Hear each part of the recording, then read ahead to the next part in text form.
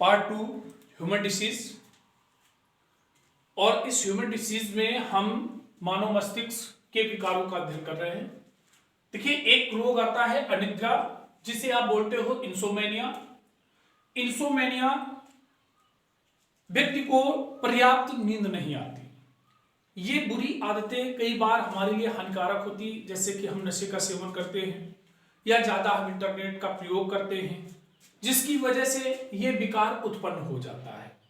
अब यहां से क्वेश्चन बन जाता है, इंसोमेनिया मानव शरीर के कौन से अंग को प्रभावित करता है? तो इंसोमेनिया मस्तिष्क में होने वाली बीमारी है। दूसरी चीज आपसे पूछा जाएगा, इंसोमेनिया के लिए किस प्रकार की दवा दी जाती है? अनिद्रा के लिए तो हाइपोनोटिक्स दवा दी जाती है।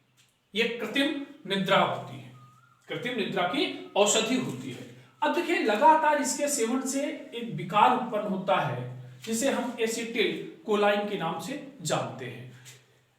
अब इसका स्तर क्या हो जाता है? कम हो जाता है। जैसे कई बार पूछा जाता है, हार्ट अटैक के लिए निम्नलिखित में से कौन सा जिम्मेदार है? प्रोटीन, विटामिन, कोलेस्ट्रॉल या अन्य कोई कारण? तो जवाब हो जाता है कोलेस्ट्रॉल। उसी प्रकार से लगातार हाइपोनोटिक्स का अगर हम प्रयोग करते हैं तो एक तत्व की कमी हो जाती है, जिसे हम बोलते हैं एसिटिल कोलाइन। इसका स्तर कम हो जाता है। अब दूसरा पॉइंट की बात करते हैं, आता है हंटिंगटन या हंटिंगटन इसको बोला जाता है। यह हमारे एसटीटी जीन उत्परिवर्तन पर प्रभावी होता है। और एसटीटी जो जीन होता है, यह क्रोमोसोम संख्या 4 पर होता है, जो क्या करता है? प्रोटीन बनाने के लिए निर्देश जारी करता है। तो हम कह सकते हैं कि इसमें प्रोटीन का निर्माण नहीं होता है।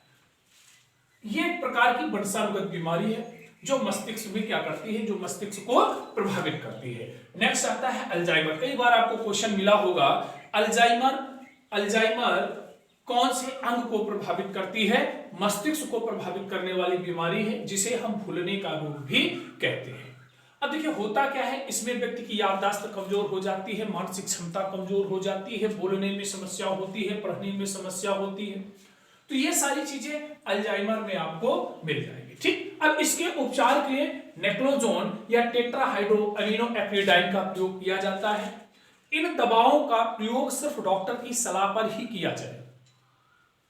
कई बार मैंने क्वेश्चन देखा, हृदयाघात के दौरान या हार्ट अटैक के दौरान कौन सी दवा दी जाती है? तो एक दवा का नाम आता है बीटा ब्लॉकर। कौन सी दवा? Beta blocker. तो कभी कभी होता क्या है, रोग और उसके निदान से संबंधित औषधि पूछ ली जाती है, इसलिए मैंने इन औषधियों को लिखना उचित समझा। चलिए, अब दूसरी पर हम बात करें तो एक बीमारी का नाम है अपस्मार, जिसे आप एपिलेप्सी बोलते हो, और इसे कहा जाता है मिर्गी। इसे क्या कहा जाता है? मिर्गी। होता क्या है, संज्ञा शून्यता, एक तरीके से हम कह सकते हैं संज्ञा शून्यता। मस्तिष्क कुछ क्षण के लिए पूर्णतया कार्य करना बंद कर देता है। अब होता क्या है इसमें,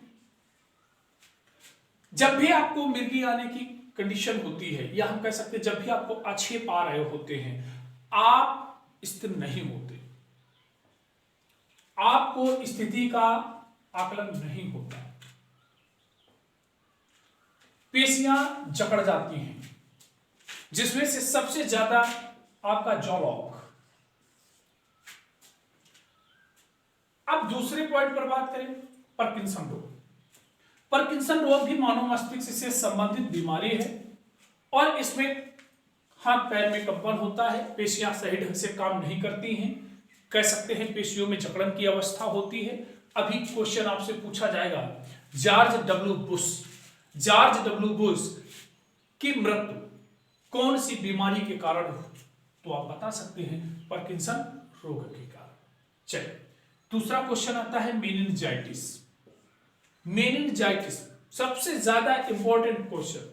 मेनिंजाइटिस कौन से अंग को प्रभावित करता है? मस्तिष्क को प्रभावित करता है। और आपको मालूम होगा, मेनिंजाइटिस 3 स्तर पर बटी हुई एक झिल्ली है, मस्तिष्क आवरण है, और इसमें जब संक्रमण हो जाता है, सेरिब्रो स्पाइनल जो हमारा लिक्विड होता है, जब इसमें संक्रमण हो जाता है, तो हम कह सकते हैं वो हमारा रोग मेनिंजाइटिस हो जाता है। इसे हम मेनिंजिस के नाम से जानते हैं। जो हमारा आवरण होता है, इसे हम मेनिंजेस के नाम से जानते हैं।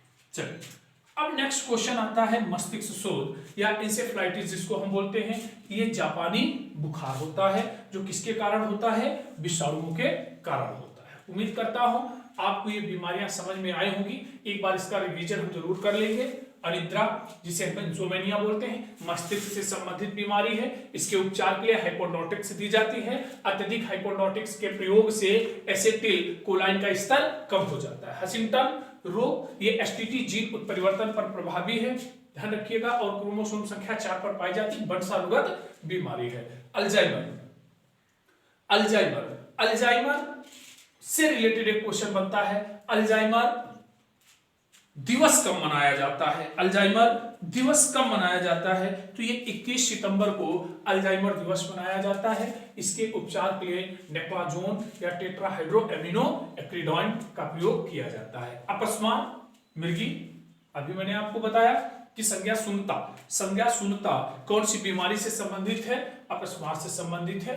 पार्किंसन रोग, इसमें हाथ पैर में कंपन होता है, पेशियों में जकड़न होती है, ये रिलेटेड हो गया। मेनिंजाइटिस, मेनिंजेस नामक झिल्ली में संक्रमण होने के कारण मेनिंजाइटिस नामक रोग होता है। मस्तिष्क शोथ या इंसेफ्लाइटिस जिसको बोला जाता है, ये एक जापानी बुखार है और ये विषाणुओं के कारण होता है। ये सारे मस्तिष्क से संबंधित विकार हैं और उम्मीद करता हूं अगर आप एक बार इसका सरसरी निगाह से भी अध्ययन कर लेंगे तो कहीं ना कहीं एग्जाम में 1 नंबर आप अर्जित करने में सफल होंगे। बहुत बहुत धन्यवाद।